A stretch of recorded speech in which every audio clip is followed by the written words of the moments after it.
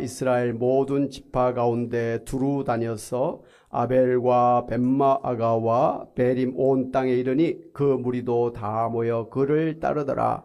이에 그들이 벤마아가 아벨로 가서 세바를 애우고 그 성읍을 향한 지역 언덕 위에 토성을 쌓고 요압과 함께한 모든 백성이 성벽을 쳐서 헐고자 하더니 그 성읍에서 지혜로운 여인 한 사람이 외쳐 이르되 들을지어다 들을지어다 청하건대 너희는 요압에게 이르기를 이리로 가까이 오라 내가 내게 말하려 하노라 한다 하라. 요압이 그 여인에게 가까이 가니 여인이 이르되 당신이 요압이니까 하니 대답하되 그러하다 하니라. 여인이 그에게 이르되 여종의 말을 들으소서 하니 대답하되 내가 들으리라 하니라. 여인이 말하여 이르되 옛사람들이 흔히 말하기를 아벨에게 가서 물을 것이라 하고 그 일을 끝내었나이다. 나는 이스라엘의 화평하고 충성대장 중에 하나이거늘 당신이 이스라엘 가운데 어머니 같은 성을 멸하고자 하시는도다. 어찌하여 당신이 여호와의 기업을 삼키고자 하시나이까 하니 요압이 대답하여 이르되 결단코 그렇지 아니하다. 결단코 그렇지 아니하다. 삼키거나 멸하거나 하려 함이 아니니 그 일이 그러한 것이 아니니라. 에브라임 산지 사람 비그리 아들 그의 이름을 세바라 하는 자가 손을 들어 왕 다윗을 대적하였나니 너희가 그만 내주면 내가 이 성벽에서 떠나가리라 하니라. 여인이 요압에게 이르되 그의 머리를 성벽에서 당신에게 내어 던지리다 하고 이에 여인이 그의 지혜를 가지고 모든 백성에게 나아가매 그들이 비그리 아들 세바의 머리를 베어 요압에게 던진지라. 이에 요압이 나팔을 불매 무리가 흩어져 성읍에서 물러나 각기 장막으로 돌아가고 요압은 예루살렘으로 돌아와 왕에게 나아가니라. 아멘. 할렐루야. 그동안 이제 81세의 고령으로 인해서 인지 능력이 문제가 있어서 미국의 민주당 대통령 후보에서 물러나야 한다는 비난을 받고 있던 미국의 현재 바이든 대통령은 최근에 대통령 재선 도전을 포기한다고 발표를 하면서 그러면서 나는 이 직책을 존경하지만 내 나라를 더 사랑한다. 앞으로 나아가는 가장 좋은 방법은 새로운 세대에게 횃불을 전달하는 것이라고 결정했습니다. 그것은 우리나라를 통합하는 가장 좋은 방법입니다. 라고 말을 했습니다. 바이든 대통령이 후보 사퇴를 공식화하면서 그동안 공화당 후보인 트럼프에게 지지율이 떨어지고 있어서 대통령 선거에서 필패를 예상했던 민주당이 현재 부통령인 해리스를 후보로 내세우면서 기사회생하게 되면서 오히려 역전의 기회를 마련하게 되었다고 환호하고 있습니다. 만약 이 바이든 대통령이 끝까지 대통령 후보에서 사퇴하지를 않았다고 한다면 민주당이 필패를 할 것이 확실시 되었지만 그가 속한 민주당과 나라를 위한 대승적인 차원에서 사퇴를 함으로 오히려 전화위복의 기회가 되었던 것입니다. 한 사람의 지혜로운 결정으로 인해서 민주당이라고 하는 공동체가 살게 된 것입니다. 할렐루야. 예. 과거에 고려시대에 북쪽의 거란족이 80만 대군을 이끌고 전쟁을 벌인 일이 있었습니다. 그때 고려의 서희 장군 한 사람의 외교 담판으로 인해서 거란족의 침입으로부터 나라를 구할 뿐만 아니라 당시에 여진족이 장악하고 있었던 강동 육주를 쉽게 획득해서 고려 영토를 확장할 수가 있었습니다. 서희라고 하는 한 사람의 지혜로 전쟁을 막고 오히려 영토를 확장할 수가 있었던 것입니다. 그런가 하면 구약성경 사무엘상 25장에 보면 어리석고 불량한 나발이라는 사람 때문에 다윗 군대에 의해서 가문이 멸절될 위기에 처하게 된 때가 있었는데 그때 그 나발의 아내 아비가일이 다윗을 찾아가서 다윗이 하나님 앞에 무고한 피를 흘려서는 안 된다고 하면서 간청을 했습니다. 지금 이 피를 흘리면 앞으로 다윗 왕께서 평생 후회하고 참으로 하나님 앞에서 힘들 것입니다. 그러니 이 살인을 멈추셔야 됩니다 라고 아주 간청을 했습니다. 물론 다윗과 그를 따르는 사람들 위해서 바리바리 음식과 고기 이런 것들을 잔뜩 준비해 가지고 이 다윗을 찾아가서 그렇게 간청을 했던 것입니다. 그래서 이 여인의 지혜로 말미암아서 그 남편과 가문을 지키게 되었습니다. 그리고 그 남편 나발이 하나님의 징계로 죽은 후에 다윗의 청혼을 받아들여서 다윗의 부인이 되었습니다. 오늘 성경에도 자칫하면 자신이 살고 있는 아벨성과 그 성의 사람들이 요압 장군이 이끄는 다윗의 군대에 의해서 몰락당할 뻔한 위기에서 한 지혜로운 여인에 의해서 아벨성과 그 성읍 사람들이 살게 된 일을 볼 수가 있습니다. 다윗 왕이 그 아들 압살롬의 반역으로 야반 도주하듯이 피난길에 올랐다가 다윗의 군대가 반역 세력을 물리치고 마침내 다시 예루살렘 성으로 돌아오게 되었습니다. 그때 세바라는 사람이 북이스라엘의 지파들을 선동해서 다윗을 대적하는 그런 일이 있었습니다. 그러자 이제 다윗의 군대 장관 요압이 이끄는 군대가 세바의 그 일행이 숨어 들어가 있었던 아벨성을 포위해서 성 주변에 토성을 쌓아서 성벽을 허물고 이제 아벨성 전체를 초토화시킬 계획을 세웠습니다. 아벨성으로서는 최대의 위기를 맞이한 것입니다. 마치 여리고성과 같이 성이 무너져서 멸망할 운명에 처하게 되었습니다.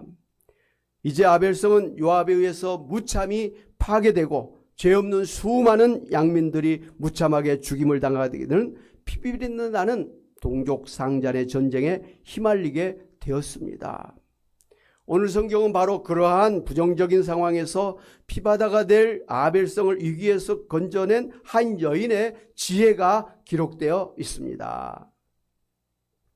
세바의 일행이 숨어있던 그 은신에 있던 이 아벨성은 이스라엘 사람들에게 너무나 잘 알려져 있는 유명한 성이었습니다. 무엇이든지 모르는 것이 있으면 그 아벨성에 가서 물어보면 그 문제가 해결될 수 있다라고 소문이 날 정도로 그 아벨성에는 지혜로운 사람들이 많이 사는 그러한 성이었습니다. 그러나 이제 요압 장군에 의해서 이 유서 깊은 아벨성이 일순간에 파괴되고 피바다를 이루게 될 위기에 놓여 있었을 때 힘있는 장군이나 또 뭐 강한 남자가 아닌 나약한 한 여자가 아벨성을 구하겠다고 자리를 떨치고 일어났던 것입니다.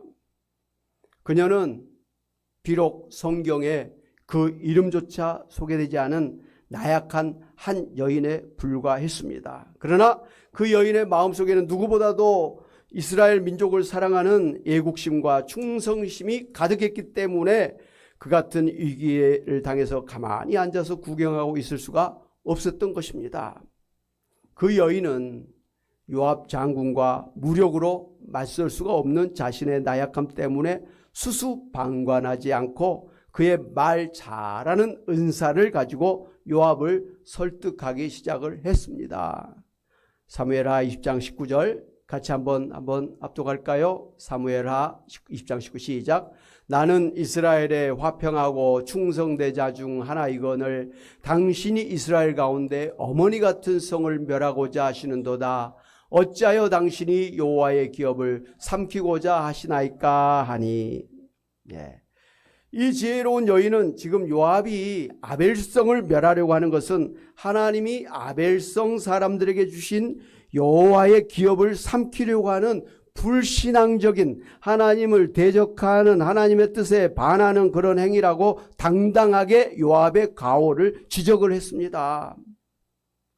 그러면서 이 지혜로운 여인은 이 요압 장군이 요구하는 것은 아벨성이 아니라 반역자 세바 한 사람의 머리라는 것을 알고 아벨성 사람들을 설득해서 세바의 머리를 베어서 요압에게 던져 주었습니다. 그러자 요압 장군이 나팔을 불매 무리가 흩어져서 다 자기의 성읍으로 물러갔습니다. 각기 장막으로 돌아갔습니다. 그리고 요압 장군은 예루살렘 성으로 돌아와서 왕에게 나아갔습니다.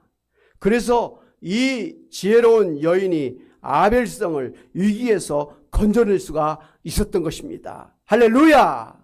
예. 사랑하는 여러분, 오늘 우리가 가지고 있는 것 중에 자랑해야 될 것이 무엇이고 참으로 강한 것은 무엇이라고 생각하십니까?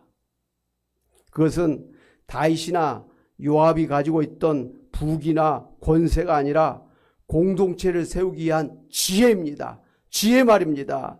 가정과 교회와 나라와 민족과 나아가서 하나님 나라를 세우기 위한 지혜가 중요하다 이 말씀입니다. 오늘 성경에 소개된 세바는 하나님께서 세우신 이스라엘 공동체를 파괴하고자 하는 뜻을 가지고 다윗 왕을 대적하였다가 결국은 하나님의 징계로 죽음을 당하게 되었습니다. 그런가 하면 세바를 죽이러 갔던 다윗의 장수 요압도 하나님이 세우신 다윗의 뜻을 거슬러서 다윗의 아들 압살롬을 무참하게 살해해서 다윗의 마음을 굉장히 아프게 만든 그런 사람이었습니다. 그리고 이 요압 장군은 다윗 왕이 세바를 물리치는 일을 먼저 맡겼던 다윗의 또 다른 장수 아마사를 시기 질투해서 죽임으로 다윗의 뜻에 반한 행동을 그렇게 했습니다. 나중에 보면 이 요압 장군은 다윗이 죽은 후에 이제 아도니아를 내세워서 솔로몬 왕을 대적하여 반란을 주도하기도 했습니다. 그러다가 솔로몬 왕의 명령에 의해서 비참한 말로를 당하게 되었습니다. 세바와 그 요압 그들은 자신들의 야망과 명예와 자존심을 내세워서 하나님의 뜻을 거슬러서 하나님이 세운 이스라엘과 또 다윗 왕을 대적하다가 불행한 결말을 맞이하게 되었던 것입니다.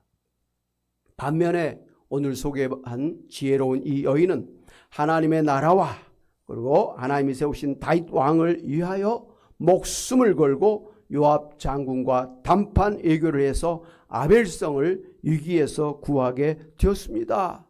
그로 인해서 이제 막 남유다와 북이스라엘을 이제 통합해서 이스라엘 전체의 왕이 된 이 다윗 왕의 미래의 장애를 이제 제거하는 그러한 혁혁한 공을 세웠던 것입니다. 사랑하는 여러분, 어떤 사람이 지혜로운 사람입니까? 하나님을 알고 먼저 하나님의 나라와 그의 의를 위해서 사는 사람이 지혜로운 사람이라고 성경은 이야기를 하고 있습니다. 예수님은 마태복음 6장 33절에서 이렇게 말씀하셨습니다. 같이 한번 보겠습니다. 시작. 너희는 먼저 그의 나라와 그의 의를 구하라. 그리하면 이 모든 것을 너희에게 더하시리라고 하셨습니다.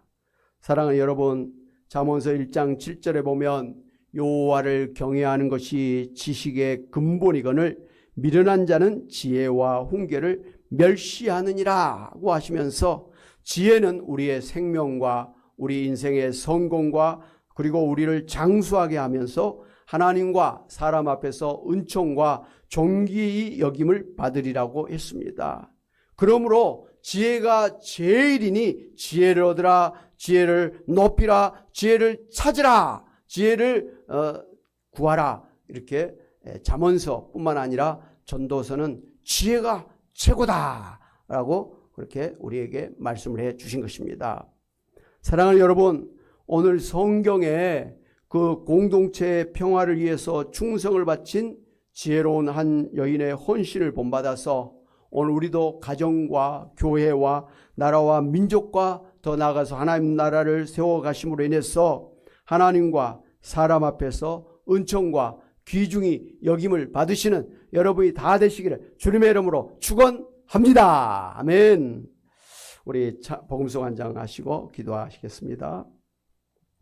복음송. 이제 내가 살아도 주 위에 살고 이제 내가 죽어도 주 위에 죽네. 말씀을 마음에 담으면서 찬양하겠습니다.